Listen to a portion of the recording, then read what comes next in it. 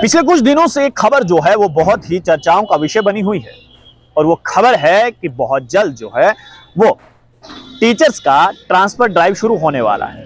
1 अप्रैल से 30 अप्रैल के बीच में ये कभी भी हो सकता है और ये इसलिए है क्योंकि फाइनेंशियल ईयर जो है वो अप्रैल महीने से ही शुरू हो रहा है। इसलिए जो है वह प्रशासन ने ये कदम उठाया है कि स्कूल एजुकेशन डिपार्टमेंट में जो टीचर्स हैं उनका ट्रांसफर ड्राइव जो है वो शुरू किया जाएगा। लेकिन यहां पर बहुत सारे सवाल जो है वो खड़े हो गए हैं जिनका जवाब जो है वो मिलना बहुत जरूरी है। पहला सवाल यहां पर यह है कि क्या इस ट्रांसफर ड्राइव में सिर्फ और सिर्फ जनरल लाइन टीचर्स आएंगे या फिर आरईटीज भी आएंगे। इस सब पर जो है वो बात करना बहुत जरूरी है। क्या आरईटीज की ट्रांसफर हो सकती है या फिर नहीं हो सकती है? अगर हो सकती है तो कहां पर हो सकती है? क्या कोई ऐसा प्रावधान है या फिर नहीं? तो सबसे पहले हम आपको यह बताना चाहेंगे कि order number 622 education of 2015 dated 22/12/2015, अगर इस ऑर्डर को आप पढ़ेंगे और इस ऑर्डर का क्लॉज नंबर 17 अगर आप अच्छे से पढ़ेंगे तो वहां पर बकायदा लिखा गया है कि बहुत जल्द जो है हम आरईटीज के लिए एक ट्रांसफर पॉलिसी यानी कि सेपरेट ट्रांसफर पॉलिसी लाने वाले हैं। सोचिए 2015 में ये लिखा गया है और आज 2023 है। अभी तक कोई भी किसी प्रकार की ट्रांसफर पॉलिसी जो है वो इन आरईटीज के लिए नहीं लाई गई है। अब आते हैं दूसरी जगह। Government order number 396 education of 2000 dated 28/4/2000, यानी कि ये वो डेट है जिस दिन पॉलिसी फ्रेम हुई थी, जिस पॉलिसी के तहत जो है ये तमाम आरईटीज जो है वो भर्ती हुए।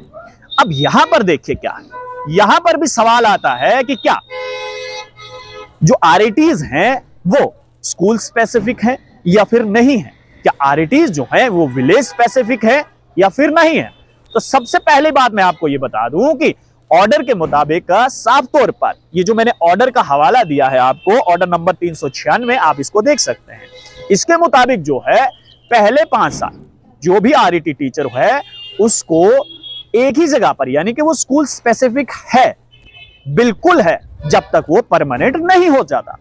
5 साल के बाद जैसे ही वो शख्स परमानेंट होता है तो वो जनरल लाइन टीचर की कैटेगरी में आ जाता है। यानी कि जो पहले से ही जनरल लाइन कैटेगरी में टीचर लगते हैं उनकी श्रेणी में ये भी टीचर जो है, ये अध्यापक जो है वो उसमें फॉल करने शुरू हो जाता है। दूसरी बात यहां पर यह है कि इस ऑर्डर में कहीं पर ऐसा नहीं लिखा है कि आरईटी टीचर जो है वो 5 साल के बाद स्कूल स्पेसिफिक है।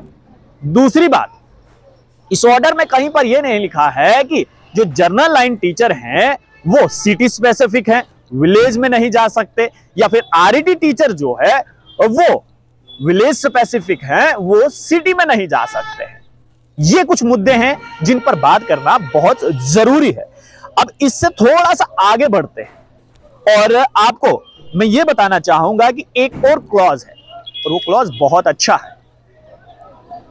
हाल ही में आपने ये सुना होगा कि ये जो ट्रांसफर ड्राइव शुरू की जा रही है इसमें सबसे ज्यादा ध्यान जो है वो महिला अध्यापकों का रखा गया है। बहुत अच्छी बात है, रखना भी चाहिए, यानी कि first preference is given to female teachers. बहुत बढ़िया है, अच्छी बात है कि आपने इतना ध्यान रखा है। यानी कि अब आसान भाषा में आपको समझाऊं तो अगर कोई भी महिला अध्यापक एक स्कूल से दूसरे स्कूल पे ट्रांसफर हो रही है, यानी कि एक इंस्टीट्यूशन से दूसरे इंस्टीट्यूशन तक जा रही है, तो सबसे पहले यह देखा जाएगा कि क्या वो इंस्टीट्यूशन जो है वो रोड के बिल्कुल साथ में है, तो वहां पर उनका ट्रांसफर किया जाएगा, या फिर रोड से कितनी दूरी पर है, अगर थोड़ी ही दूरी पर है तो वहां पर ट्रांसफर किया जाएगा। ये बहुत अच्छी बात है, इसमें कोई दो राय नहीं।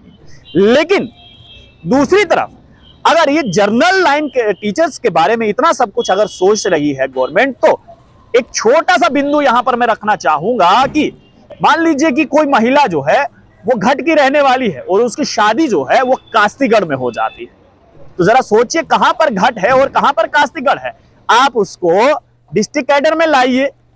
और ये जनरल लाइन अगर मैं टीचर्स की बात करूं तो यहां पर ये सपोज पोस्टिंग चॉइस है, यानी कि अगर कोई महिला अध्यापक ये लिख कर दे कि मेरा परिवार जो है वो 60 से 70 किलोमीटर दूर है, मुझे उसी लोकेशन में, उसी एरिया में जो है वो आप भेज सकते हैं। तो एक प्रावधान है, तो ये प्रावधान जो है वो इन आरईटी टीचर्स के लिए भी होना चाहिए, इन महिला अध्यापकों के लिए भी होना चाहिए। ये भी महिलाएं हैं, इस पर भी जो है वो गौर फरमाने की बहुत ज्यादा जरूरत है। अब अगली बात पर आते हैं।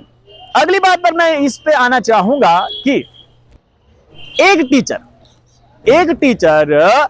30, 20 या फिर 10 या 15 साल एक ही जगह पर अगर पढ़ाएगा तो जरा सोचिए कि उस टीचर का माइंडसेट कैसा रहेगा।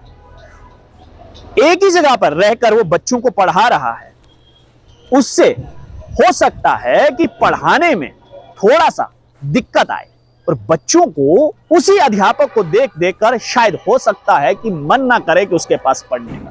मान लीजिए कि अगर मैं अध्यापक हूं और मैं अपने ही गांव में इस समय पढ़ा रहा हूं और बच्चे, किसी का मैं चाचा हूं, किसी का मैं मामा हूं, तो वो मेरे पास जो है वो उस ढंग से नहीं पढ़ेंगे जिस ढंग से एक अध्यापक को पढ़ाना चाहिए छात्रों को। इस पर भी जो है वो ध्यान देना चाहिए, क्योंकि ये एक नेगेटिव रिजल्ट लेकर आ सकती है। लेकिन सबसे अहम बात यहां पर यह है कि क्या आरईटीज को इस ट्रांसफर ड्राइव में रखा गया है या फिर नहीं, क्योंकि 2015 में यह कहा गया था इनसे कि आपके लिए एक सेपरेट ट्रांसफर पॉलिसी बनाई जाएगी, अभी तक नहीं बनाई है। और एलजी साहब से ये अनुरोध रहेगा कि अगर जनरल लाइन टीचर्स महिलाओं के लिए आप इतना अच्छा काम कर रहे हैं तो कृपया करके इन आरईटीज के मन में जो ये सवाल है कि क्या हमने कोई गुनाह तो नहीं किया है, हमारी जो महिला अध्यापक हैं उनका ट्रांसफर क्यों नहीं हो रहा है, तो कृपया करके इन आरईटीज महिला टीचर्स के बारे में भी एक बार जरूर सोचिएगा। आप लोग देख रहे हैं स्ट्रेट टॉक्स, मुझे यानी देव ठाकुर को दीजिए इजाजत। धन्यवाद।